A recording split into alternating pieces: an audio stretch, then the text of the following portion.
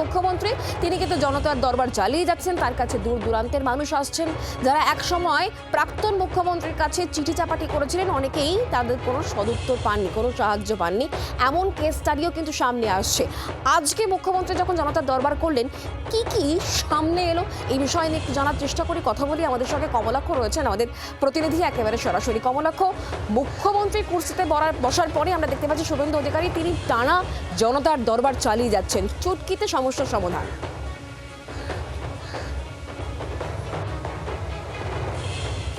দেখো, spot action হচ্ছে। মুখ্যমন্ত্রী একেবারে মানুষের মুখোমুখি হয়ে তাদের সমস্যা শুনছেন এবং সেই লাগাতার সেই সমস্যা শুনে একেবারে স্পট অ্যাকশন তিনি নিচ্ছেন। সেই ধরনের নজির কিন্তু আজকে আমরা সল্টলেকে বিজেপির দপ্তর থেকে দেখেছি। কেউ এসেছেন সন্তানহারা হয়ে, সন্তানহারা মা আকুল নয়নে কাঁদছেন, কেউ এসেছেন দীর্ঘদিন ধরে আইনি জটিলতায় তিনি ভুগছেন, কেউ জমি বাড়ি সংক্রান্ত বিষয় নিয়ে বিভিন্ন দিন ধরে হয়রানির শিকার হয়েছেন, লাগাতার হুমকির শিকার হয়েছেন। এমন ঘটনা, খুনের অভিযোগ নিয়ে এসছেন মানুষজন এবং সেই অভিযোগ পেয়ে আজকে সরাসরি আমরা কিন্তু দেখতে পেয়েছি বেশ কিছু ঘটনায় মুখ্যমন্ত্রী একেবারে স্পট অ্যাকশন নিয়েছেন। কখনো স্পেশাল টিম তৈরি করেছেন, স্পেশাল ইনভেস্টিগেশন টিম তৈরি করেছেন কোনো ঘটনার, কোনো শিশুর চিকিৎসার দায়িত্ব নিয়ে বিনা খরচে তাকে ভেলোরে পাঠিয়ে তার চিকিৎসার ব্যয়ভার সরকার বহন করবে, এমনটাও কিন্তু সরাসরি তিনি নির্দেশ দিচ্ছেন। সব মিলিয়ে আমরা দেখলাম যে লাগাতার যে কর্মসূচি নিচ্ছেন শুভেন্দু অধিকারী, সেখানে সহায় সম্বল হারানো মানুষজন, তাদের ভিড় প্রতিদিনই বাড়তে শুরু করেছে। আজকেও ঠিক তাই, ঠিক একই রকমভাবে আজকে প্রায় 2 ঘন্টার বেশি সময় ধরে সাধারণ মানুষের মুখোমুখি হয়ে জনতার দরবারে মুখ্যমন্ত্রী তাদের অভাব অভিযোগ শোনেন এবং অনেক ধন্যবাদ। তুমি কথা বলেছিলে আয়ুষের মায়ের সাথে, আয়ুষের মৃত্যু হয়েছে, একটা মর্মান্তিক ঘটনা। আয়ুষের মায়ের একগুচ্ছ অভিযোগ রয়েছে, মায়ের কান্না রয়েছে। ঠিক কি বলছেন আয়ুষের মা, শোনাই। গত মাসের 13 তারিখে এই ঘটনা ঘটলো স্কুলে, এরপর কতদিন ধরে হাসপাতালেও ছিল? এই দিন তো আমরা 3টে হসপিটালে ঘোরাঘুরি করেছি। এই সময় আপনাদের সঙ্গে মানে ওর বাবার সঙ্গে স্কুল কর্তৃপক্ষের কেউ ছিল? কেউ ছিল না, আর আমাদের জানায়ও নি যে ও সিঁড়ি থেকে ভারী ব্যাগ নিয়ে পড়ে গেছে, ওর মাথায় রক্ত জমে গেছে। সিসিটিভি ফুটেজ পেয়েছেন কোন? না, সিসিটিভি ফুটেজ মানে ওনারা অনেক দিন ধরে করা হয়েছে কিন্তু দেয়নি আমাদের সিসিটিভি ফুটেজ। তারপর পুলিশের ভূমিকা কি হলো? আপনারা তো স্কুলে তারপরের দিন বিক্ষোভ হলো, স্থানীয় বিধায়ক গেলেন।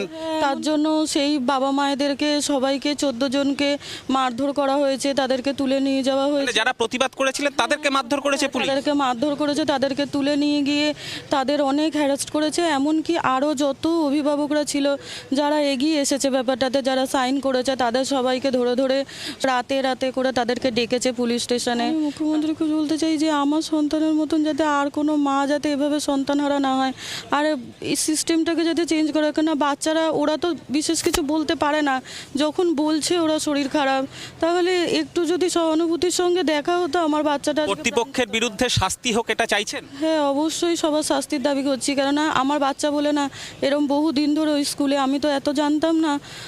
সব অভিভাবকরাই বলছে প্রত্যেকটা বাচ্চার ওপরে হয়তো তাদের প্রাণটা যায়নি, প্রাণটা বেঁচে গেছে। আমার ছেলে সহ্য করতে পারেনি, চলে গেছে প্রাণ। আমি সুকান্ত বাবুর কাছে যাব। সুকান্ত বাবু, কিভাবে দেখছেন মানে মুখ্যমন্ত্রী তিনি জনতার দরবার করছেন এবং স্পট অ্যাকশন, কুইক অ্যাকশন? এটাই হওয়া উচিত। গুড গভর্নেন্স বা সুশাসনের প্রধান স্তম্ভ হলো তৃণমূল স্তরে সরকারকে পৌঁছে দেওয়া। দুয়ারে সরকারের নামে টাকা নয় করা নয়, এবং যেটা মুখ্যমন্ত্রী করছেন স্পট অ্যাকশনও করছেন। আয়ুষের মা পরিষ্কার ভাবে তিনি কিন্তু পুলিশের কাছ থেকে কোনো সহযোগিতা পাননি, স্কুল থেকে পাননি, সরাসরি মুখ্যমন্ত্রীর সঙ্গে দেখা করতে পারছেন, এবং এটাই তো হওয়া উচিত। এবং মুখ্যমন্ত্রী যেটা সিনেমায় দেখা যেত আগে, সেটা আমরা বিভিন্ন সিনেমায় দেখেছি, বলিউড, হলিউড, টলিউডের, কিন্তু আজকে কিন্তু মুখ্যমন্ত্রীকে আমরা দেখতে পাচ্ছি একদম তৃণমূল স্তরে এসে জনগণকে পরিষেবা দেয়া, জনগণের অভাব অভিযোগ শোনা এবং তার সলিউশন করা, এবং সেটা বলা হচ্ছে একটা টিমও তৈরি করে দিচ্ছেন। তাহলে এর জন্যই তো দরকার একজন মুখ্যমন্ত্রী, তিনি জনগণের পরিষেবায় থাকেন, জনগণকে, যেমন আয়ুষের মা, মানে জনগণের মুখ্যমন্ত্রী বলতে কি বোঝায়? এর আগে আমরা মমতা বন্দ্যোপাধ্যায়কে দেখেছিলাম, যখনই তিনি জেলায় জেলায় ঘুরতেন, তিনি রাস্তায় নেমে যেতেন, সাধারণ মানুষের সঙ্গে কথা বলতেন, বাচ্চাদের কোলে তুলে নিতেন। আর এই মুখ্যমন্ত্রীকেও আমরা দেখতে পাচ্ছি তিনি বসছেন একটা নির্দিষ্ট জায়গায়, সেখানে মানুষ আসছেন সমস্যা নিয়ে, তার সমাধান করছেন মুখ্যমন্ত্রী। তাহলে জনতার মুখ্যমন্ত্রীর ডেফিনেশন কি হবে? না, জনতার মুখ্যমন্ত্রী শুধু রাস্তায় কত বাচ্চাকে যদি কোলেও নিয়ে থাকেন, সেটা করেছেন মুখ্যমন্ত্রী, বলে লাভ নেই, কিন্তু সেটা দেখনদারি নয়। এই মুখ্যমন্ত্রী কিন্তু কোনো কিছু করছে না। জনতার দরবার, তার সঙ্গে জনতার কথা হচ্ছে, সেখানে সংবাদ মাধ্যমকে খুব বেশি পরবর্তীকালে খবরগুলো পাওয়া যাচ্ছে, কিন্তু ওই রাস্তায় নেমে যাওয়া যেটা অনেকটা বেশি চটকদারি বা আরো বেশি করে প্রচারে থাকার, সেটা কিন্তু মমতা বন্দ্যোপাধ্যায় করেছেন, সেটা কিন্তু শুভেন্দু অধিকারী করছেন না। কারণ শুভেন্দু অধিকারী কিন্তু রাস্তায় নেমে করতেই পারেন বা মমতা বন্দ্যোপাধ্যায় যেটা করেছেন, কিন্তু সেটা অনেকটা দেখনদারি ছিল, সেটা জনপরিষেবা দেয়া নয়। বা এক দুজনের সমস্যা, বা চা খেলাম, কোনো জায়গায় মোমো খেলাম, দার্জিলিং এ গিয়ে মোমো তৈরি করলাম, এতে জনপরিষেবা বা জনসেবা দেয়া যায় না।